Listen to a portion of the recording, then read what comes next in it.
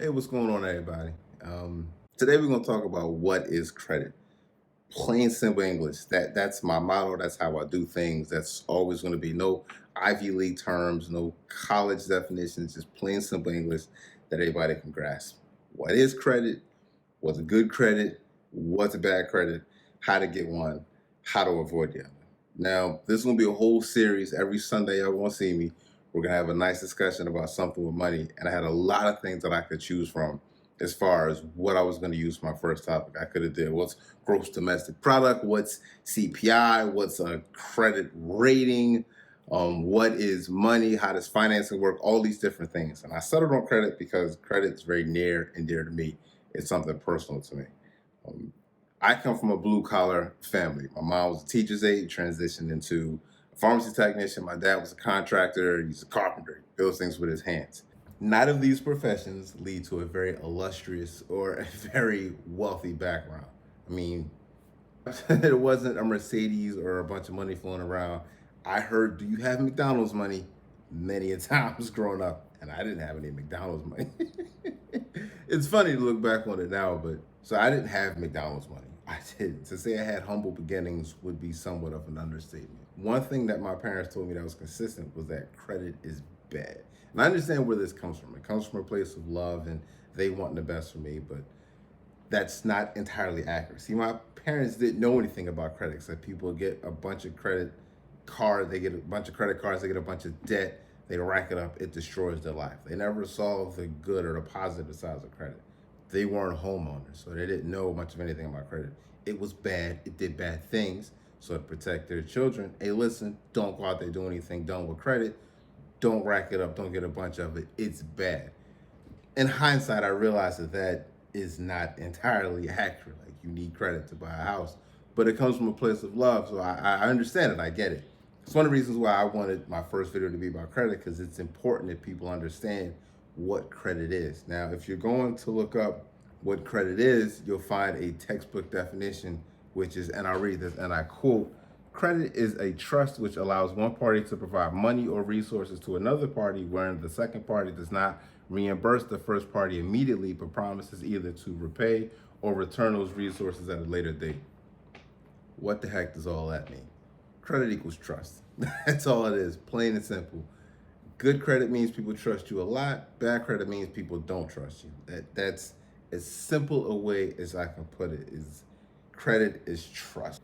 So when you're sitting down and you're having dinner, whether it's with a family, if it's the girlfriend, if it's mom and dad, if it's just mom, if it's just dad, ask them what credit is. Just pose the question, what is credit? Now, I'm willing to bet that you're gonna get a whole bunch of really wacky answers, stuff from like a credit report to debt to income to, you might have guessed like credit is the devil or something rich people use to stay rich or it's other people's money. And let the entire table, whoever's there, whether it's you and one other person or if it's you and seven people, you got a big family, just sit there and go over whatever it is they're thinking and then tell them simply credit is trust.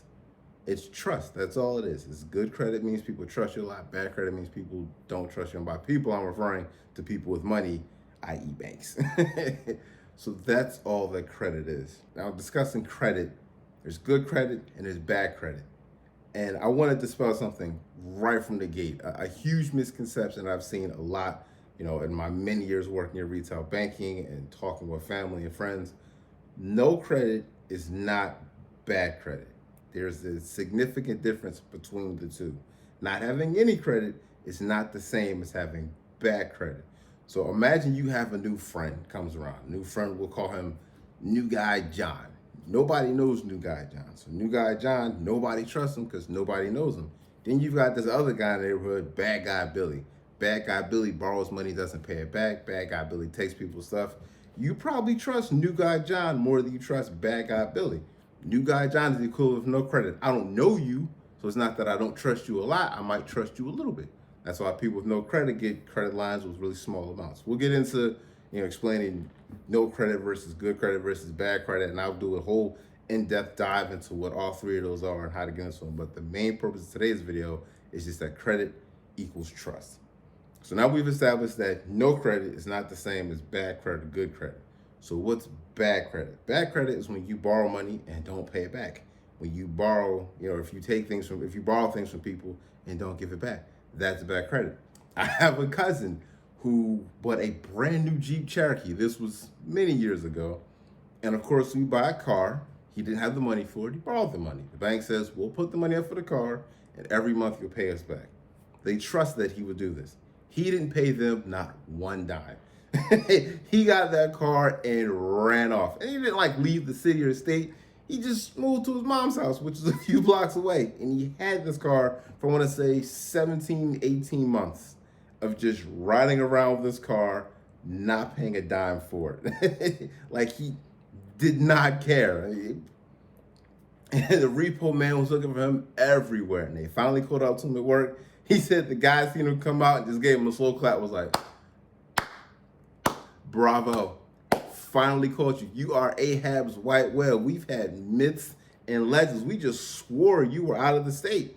And he said, you can get all your stuff out the car. I just wanted to meet the guy that managed to duck out and have a car for a year and a half without paying for it. I mean, you're not, give me the keys. The car's not going anywhere. Like the guy already had it hooked up to the tow truck, but he's just waiting for him. Like, I just had to meet you. I had to see what was going on. So that's how you get bad credit. You borrow money, don't pay it back. You borrow items, don't give them back. That's bad credit. So what's good credit? The exact opposite. You borrow money from people, you pay it back. You borrow something, you give it back. That's it. It's that plain and simple. You want good credit, pay what you owe. If you have bad credit, it's probably because you borrowed something and didn't pay for it. Now, neither of these things are absolute. Good credit can become bad credit. Bad credit can become good credit. And no credit can become either one. But we'll go into how to get to each of them. But the main thing I want everybody to walk away from this with was what credit is in plain, simple English. We want to start this conversation, open up this dialogue with family and friends about money. Usually, unless you come from a very wealthy background, money is seen as this taboo topic. And we need to dispel that. I've worked in banking for well over 10 years. I'm a non-commissioned officer of the Air Force. And I've been a father for over 10 years. All this life experience, no one teaches anything about banking or finances in plain English. It's just not out there. So that's the whole point of this channel. That's why I started this. So when you have that conversation with family and friends, come back to the comments. Let me know some of the answers they gave you, because I'm sure they're going to be all over the place. Now, I'm willing to bet one or two of you is going to have either a lawyer or a doctor or a financier or like a CPA or someone in some professional capacity is going to give you the textbook book definition. That's why I find it, Danny, you want to hear those too. I'm willing to see what different definitions you guys can learn at you. And we'll just have a conversation about how it went. Was there silence in the room? Was it like you could hear a pin drop? But we want to open up these conversations. What I've noticed or what I've learned is every family usually has a money guy, someone who's great with money. It might be a rich uncle. It could be a successful aunt.